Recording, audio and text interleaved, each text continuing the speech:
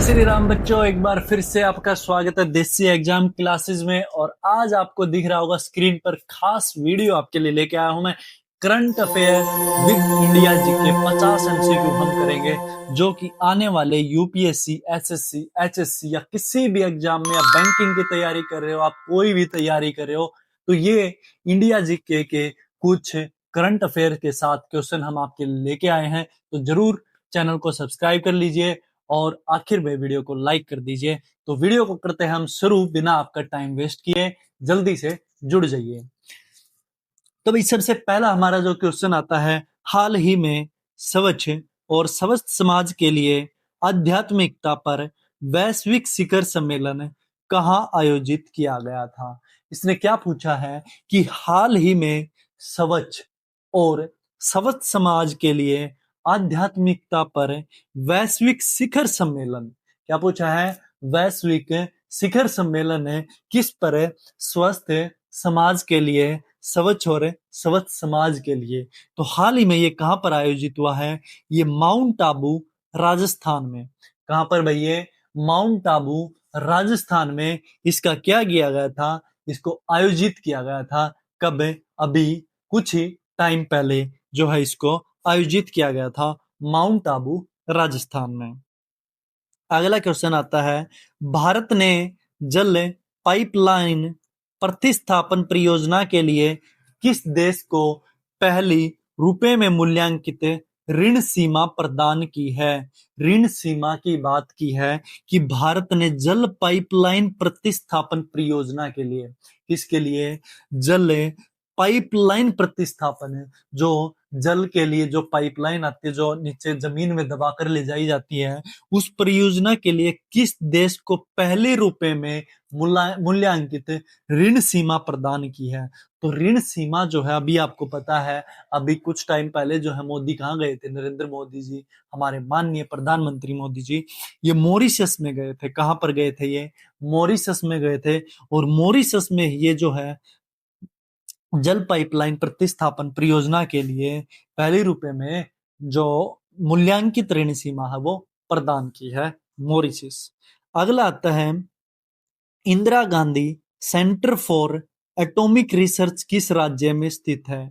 इसने क्या पूछा, Indira Gandhi centre for atomic research, क्या पूछा है, एटॉमिक रिसर्च, एटॉमिक रिसर्च के बारे में पूछा है, जैसे कि बम अनुसंधान केंद्र वाला पूछा है।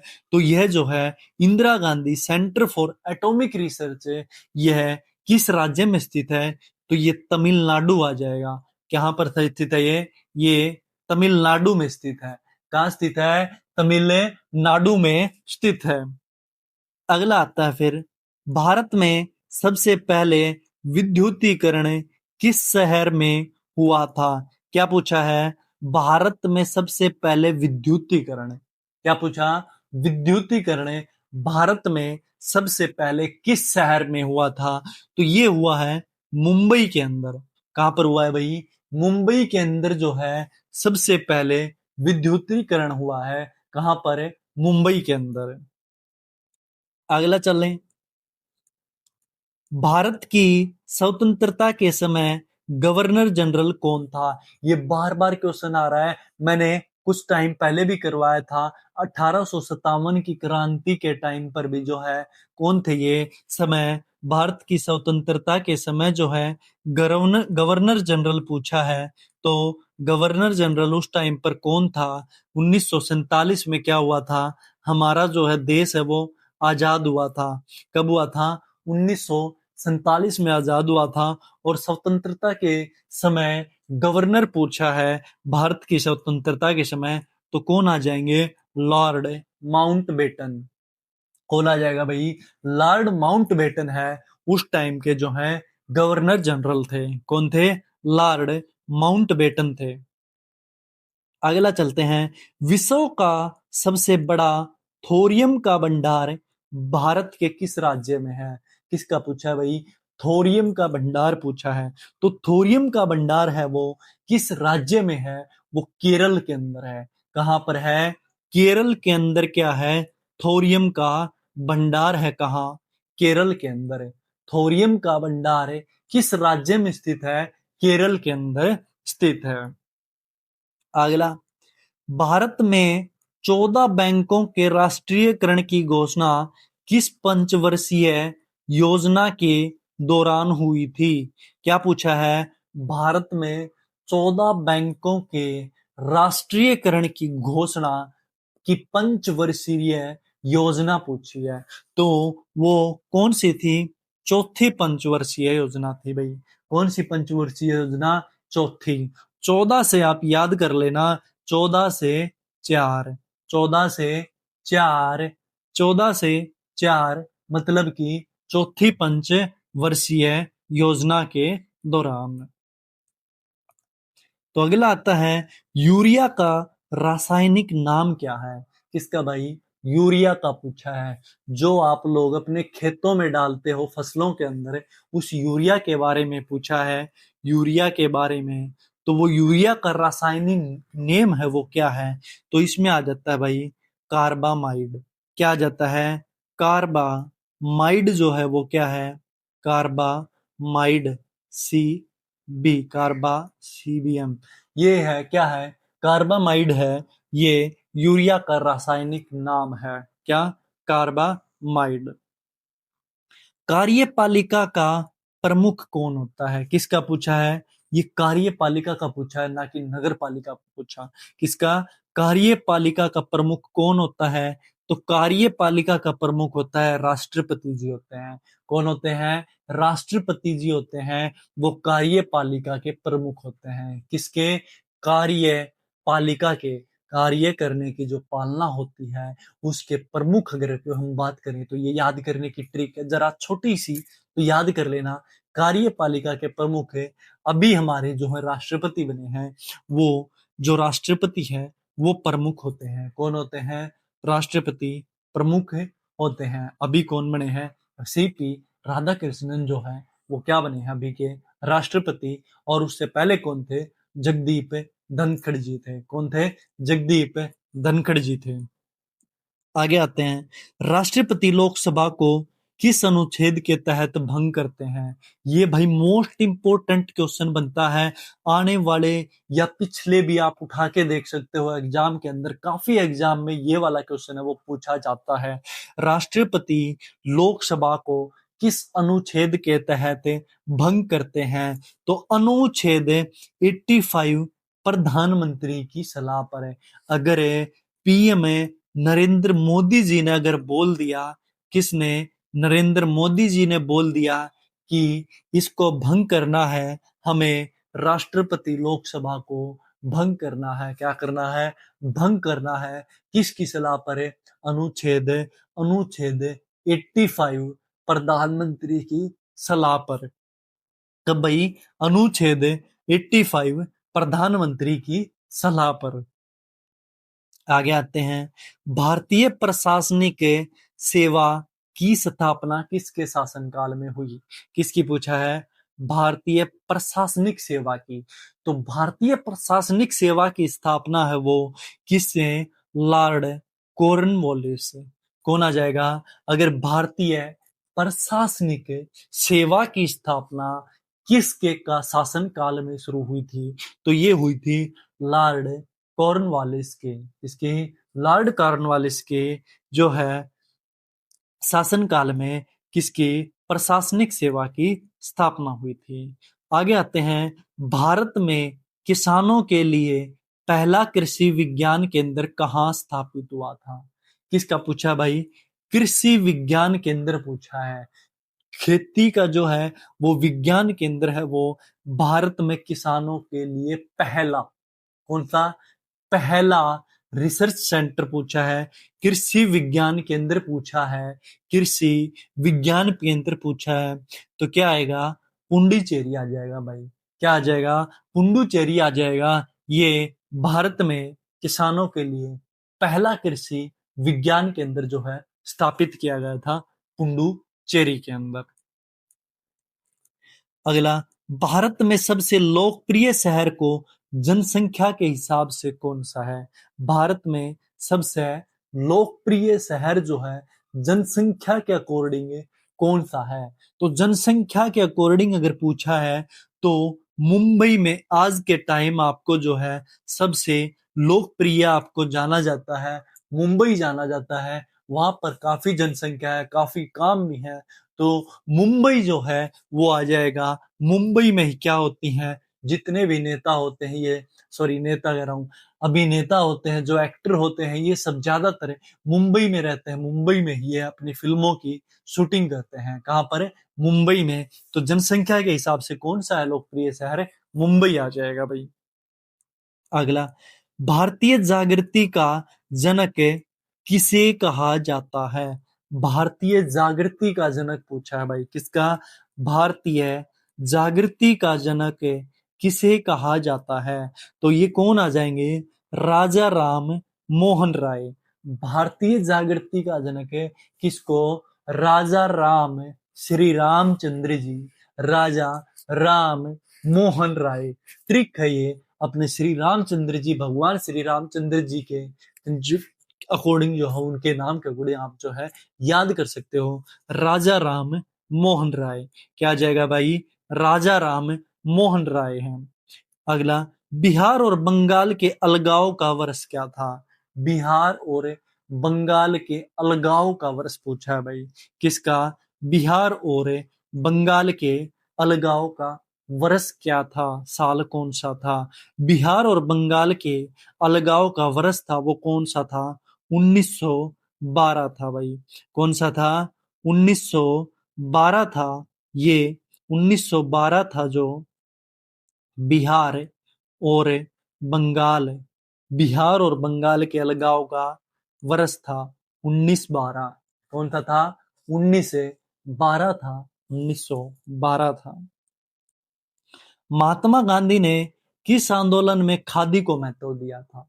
खादी के, खादी का जो, खादी के जो धोती कुर्ता होते हैं, उस खादी को जो है महात्मा गांधी ने किस आंदोलन में खादी का महत्व दिया था? आप सभी को पता है, 5वीं क्लास से आप पढ़ रहे हो, चौथी, 5वीं, 10वीं, 9वीं, 7वीं, 8वीं, हर एक जो है क्लास में आपको पढ़ाया गया है गांधी जी के बारे में। तो ये खादी को महत्व दिया था वो असहयोग आंदोलन के टाइम पर है। क्या भाई? असहयोग आंदोलन के टाइम पर जो है क्या किया था? खादी को महत्व दिया था असहयोग आंदोलन के टाइम पर। आगे बात करें, भारत के प्रधानमंत्री कौन है जिन्होंने सबसे लंबे समय तक कार्य किया? सबसे लंबे समय तक जो कार्य किया था वो जवाहरलाल नेहरू जी ने किया था। किसने किया था? पंडित जवाहरलाल नेहरू ने जी ने किया था, जो अभी स्वर्ग में चले गए हैं। तो पंडित जवाहरलाल नेहरू जी ने सबसे लंबे समय तक प्रधानमंत्री के टाइम पर जो है काम किया हुआ है। लेकिन आने वाले टाइम में प्रधानमंत्री नरेंद्र मोदी जी का नाम हो सकता है। आगे आते हैं भाई, लौह महिला के नाम से किसे जाना जाता है? लौह महिला के नाम से इंदिरा गांधी, सोनिया गांधी, मार्गरेट थैचर या पिंकी सिंह? भाई आई थिंक मेरे हिसाब से लो महिला के नाम पर इंदिरा गांधी आना चाहिए। लेकिन एक बार आप मुझे कमेंट करके बता देना इसके अंदर क्या आएगा। मुझे थोड़ा इस सवाल के अंदर जो है कंफ्यूज लग रहा है। मार्गरेट मार्गरेट थैचर है, ये कौन है? और जो है लो महिला के नाम से आई थिंक इंदिरा गांधी ही आना चाहिए। क्या आना चाहिए? इंदिरा गांधी आना चाहिए। अब आते हैं, आर्थिक नीति मेक इन इंडिया। क्या भाई? मेक इन इंडिया जो है वो कब लॉन्च की गई? मेक इन इंडिया के बारे में पूछा है, तो ये कब लॉन्च हुई है? मेक इन इंडिया 2014 में लॉन्च हुई। कब हुई भाई मेक इन इंडिया? 2014 के अंदर जो है मेक इन इंडिया लॉन्च हुई है। आगे आते हैं, भारत द्वारा हाल ही में लॉन्च की गई गगनयान परियोजना का उद्देश्य है वो क्या था, क्या है?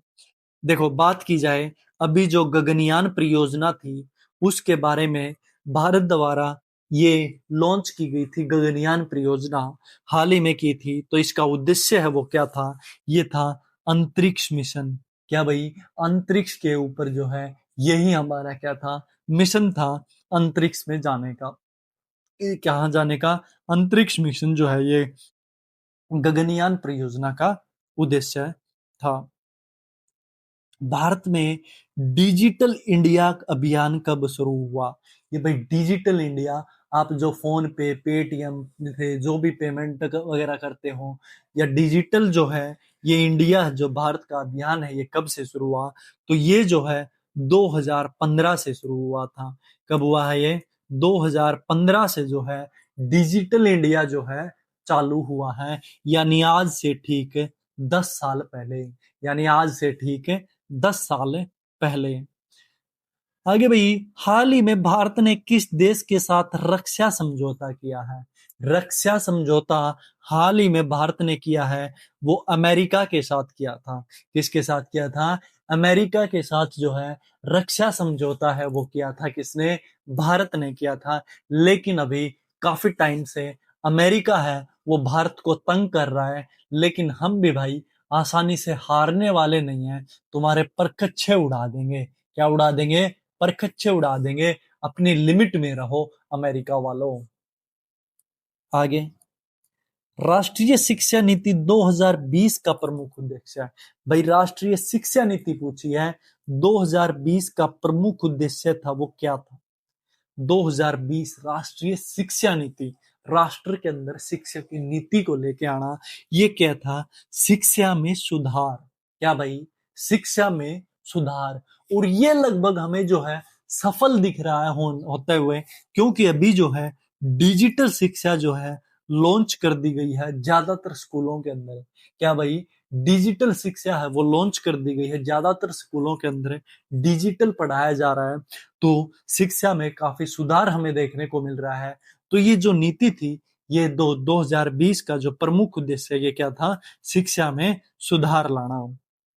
अब भारत का पहला महिला प्रधानमंत्री कौन थी? इंदिरा गांधी थी। कौन थी भाई? इंदिरा गांधी है वो प्रधानमंत्री थी, भारत की पहली महिला।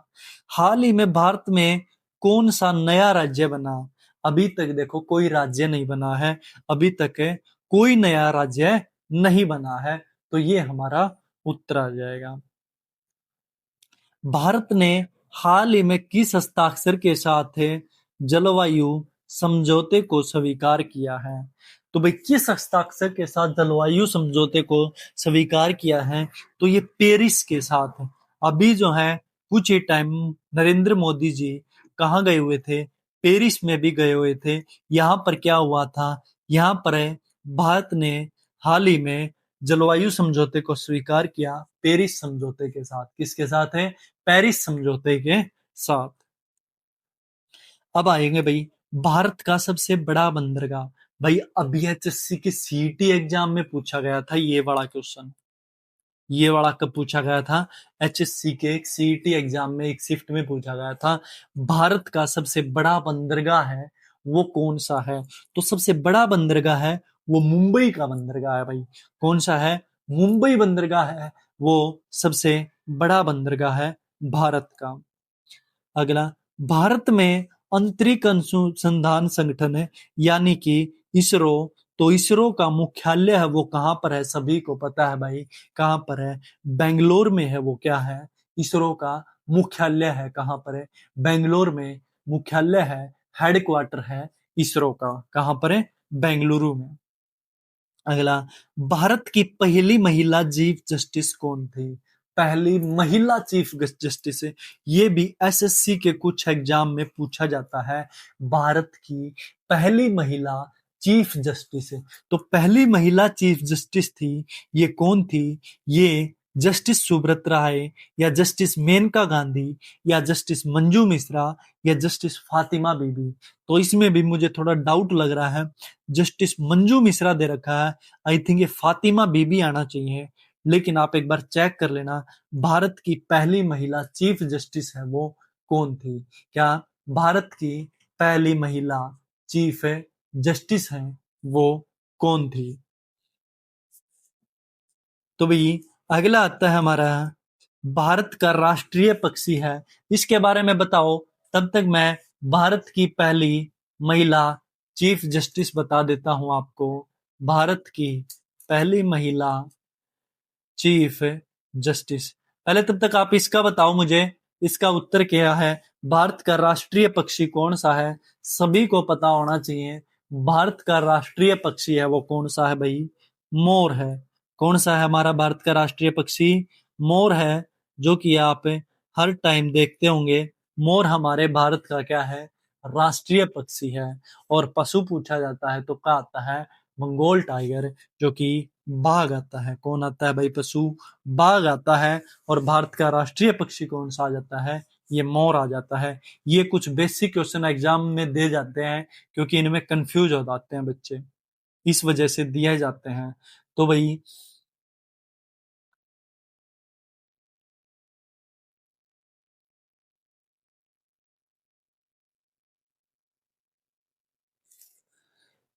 अगले क्वेश्चन पर चलते हैं। उससे पहले मैं ये वाला क्वेश्चन बता देता हूं आपको। भारत कहाँ आयोजित करेगा COP29 2025 सम्मेलन? ये तो जो COP COP29 सम्मेलन 2025 है, भारत में कहाँ आयोजित होगा? ये नई दिल्ली के अंदर होगा। क्या भाई? COP29 कोप 29 कोप 29 जो है ये सम्मेलन जो है वो नई दिल्ली में आयोजित होगा। भारत का सबसे बड़ा क्रिकेट स्टेडियम सभी को पता है भाई, ये अभी गुजरात में सबसे बड़ा क्रिकेट स्टेडियम है, गुजरात में बना है। और वो कौन सा है? नरेंद्र मोदी स्टेडियम। कौन सा है भाई? ये नरेंद्र मोदी मोदी स्टेडियम जो है ये गुजरात के अंदर है। और ये जो है सबसे बड़ा क्रिकेट स्टेडियम है अभी तक का भारत का। भारत का राष्ट्रीय खेल कौन सा है? सभी को पता है, हॉकी है। कल हॉकी का एशियाई कप जो था, जो हमारे चीन के साथ था, जिसमें हमें हार का सामना करना पड़ा है। क्या करना पड़ा है? हार का सामना करना पड़ा है। अगर आ जाता है आपके पास अभी कुछ ही टाइम, जो अभी आने वाले एग्जाम में, कि भारत का आखिरी मैच है वो हॉकी के अंदर किसके साथ हुआ, तो चीन के साथ हुआ था। किसके साथ है? और चीन के साथ हुआ था। और हमें जो है हार का सामना करना पड़ा था। हाल ही में भारत ने किस देश के साथ व्यापार बढ़ाने के लिए समझौता किया? भारत ने किस देश के साथ व्यापार बढ़ाने के लिए अभी हाल ही में किया है? तो वो समझौता है वो दक्षिण कोरिया के साथ किया है। किसके साथ किया है? दक्षिण कोरिया के साथ भारत ने हाल ही में देश के साथ व्यापार बढ़ाने के लिए जो क्या किया है? समझौता किया है। भारत में GST है वो कब लागू हुआ था? अभी सेकंड GST भी लागू हुआ है। और सभी को पता होगा उसके बारे में कि कितना जो है GST है वो कम हुआ है, और किस किस से किसको फायदा हुआ है। इसके ऊपर भी हम एक GST के ऊपर एक वीडियो लेके आएंगे, तो उस वीडियो को भी जरूर देखना। और आप हमारे चैनल को जरूर सब्सक्राइब कर लीजिए, देसी एग्जाम क्लासेस को। तो GST है वो भारत में कब लागू हुआ था बच्चों? तो ये हुआ था 2017 में। GST है वो लागू हुआ था। कब हुआ था? 2017 में लागू हुआ है GST। आगे, भारत में सबसे ज्यादा किस भाषा का प्रयोग होता है? हिंदी भाषा का प्रयोग होता है भाई। अगला, भारत की सबसे लंबी नदी है वो कौन सी है? इसने भारत की पूछा है, हरियाणा की आती तो यमुना, और भारत की पूछा है तो कौन है? गंगा माँ है। कौन है? गंगा माँ है, जिनकी सबसे लंबी नदी है। भारत की राजधानी दिल्ली का पुराना नाम क्या था? सभी को पता है भाई, इंद्रप्रस्थ है। क्या भाई? इंद्रप्रस्थ था। अगला, भारत की प्रसिद्ध सांस्कृतिक राजधानी कौन सी है? क्या भाई? सांस्कृतिक राजधानी ये आ जाएगी वाराणसी। क्या भाई? वाराणसी जो है सांस्कृतिक राजधानी है। क्या है? भारत की सांस्कृतिक राजधानी पूछा जाता है तो वाराणसी आएगा, ना कि दिल्ली आएगा। कभी दिल्ली ठोका हो अगर ये क्वेश्चन आ जाए तो ये मोस्ट इंपोर्टेंट क्वेश्चन बन सकता है। सांस्कृतिक राजधानी अगर पूछी जाए तो वाराणसी आ जाएगी। भारत का राष्ट्रीय जानवर ये आ गया भाई। क्या आ गया? बाघ। मैंने अभी आपको करवाया था। अगला, भारत में कितने राज्य हैं? 28 राज्य हैं भाई, सभी को पता है। प्रधानमंत्री नरेंद्र मोदी ने किस वर्ष अपनी पहली शपथ ली थी? प्रधानमंत्री नरेंद्र मोदी जी ने। ये भी एक मोस्ट इंपोर्टेंट क्वेश्चन मान के चलिए। इस क्वेश्चन को कभी भी टूट के पड़ सकता है एग्जाम के अंदर। प्रधानमंत्री नरेंद्र मोदी जी ने पहली बार कब शपथ ली थी? तो पहली बार जो 2015 में ली, 2014 में ली थी, सॉरी। कब ली थी? 2014 में नरेंद्र मोदी जी ने पहली बार शपथ ली थी पीएम बनने के बाद। अब भारत का संविधान कब लागू हुआ था? ये भी सभी को पता है, 26 जनवरी 1950। कब भाई? 26 जनवरी 1950। अगला, भारत का पहला उपग्रह कौन सा आता है? ये भी सभी को पता है भाई, आर्यभट्ट है वो सबसे पहला उपग्रह है। भारत का पहला उपग्रह कौन सा है? आर्यभट्ट। अब भारत का पहला महिला राष्ट्रपति कौन थी? प्रतिभा पाटिल थी भाई। कौन थी? प्रतिभा पाटिल थी। ठीक है, उससे पहले प्रतिभा पाटिल है, वो कौन थी? भारत की पहली महिला राष्ट्रपति, याद रखना। और करंट में कौन है? सीपी राधा कृष्णन। और पहली कौन थी? प्रतिभा पाटिल। और इससे पहले कौन थे? सॉरी, सीपी राधा कृष्णन पहले, मैंने अभी करवाया था, जगदीप धनखड़ जी थे। अगला भाई, भारत की आजादी का दिन सभी को पता है भाई, 15 अगस्त को जो है भारत की आजादी मनाई जाती है। अगला, स्वच्छ भारत मिशन कब शुरू हुआ? ये भी मोस्ट इंपोर्टेंट बन सकता है भाई क्वेश्चन। क्या बन सकता है? मोस्ट इंपोर्टेंट क्वेश्चन बन सकता है। स्वच्छ भारत मिशन जो शुरू हुआ वो 2014 में ही शुरू हुआ था। मोदी जी ने, प्रधानमंत्री नरेंद्र मोदी जी प्रधानमंत्री बनने के बाद उन्होंने क्या किया था? स्वच्छ भारत मिशन है वो लॉन्च किया था सबसे पहले। क्या किया था? स्वच्छ भारत मिशन। अगला, भारत में राष्ट्रीय खेल पुरस्कार का नाम क्या है? तो ये अर्जुन पुरस्कार है भाई। क्या है? अर्जुन पुरस्कार है वो। खेल अर्जुन पुरस्कार जो है राष्ट्रीय खेल पुरस्कार है, जो कि बहुत से प्लेयरों को मिल चुका है। अर्जुन खेल पुरस्कार है। अगला, भारत के पहले प्रधानमंत्री कौन थे? भी करवाया था, पंडित जवाहरलाल नेहरू जी थे। आज का आखिरी क्वेश्चन है भाई, अगर आपने चैनल सब्सक्राइब नहीं किया तो चैनल सब्सक्राइब कर लो, और वीडियो अच्छी लगी हो तो लाइक कर देना, और कमेंट करके बता देना किसी भी तरह की कोई भी आपको पीडीएफ चाहिए तो। भारत में किसान सम्मान निधि योजना कब शुरू हुई थी? ये भी मैंने अभी थोड़ी देर पहले ही करवाया था आपको। भारत, सॉरी, नहीं करवाए। किसान सम्मान निधि योजना जो है वो भारत में कब शुरू हुई थी? 2019 में। कब भाई? भारत में किसान निधि और सम्मान निधि योजना। इसमें क्या होता है? नरेंद्र मोदी जी जो है किसानों को एक राशि डालते हैं।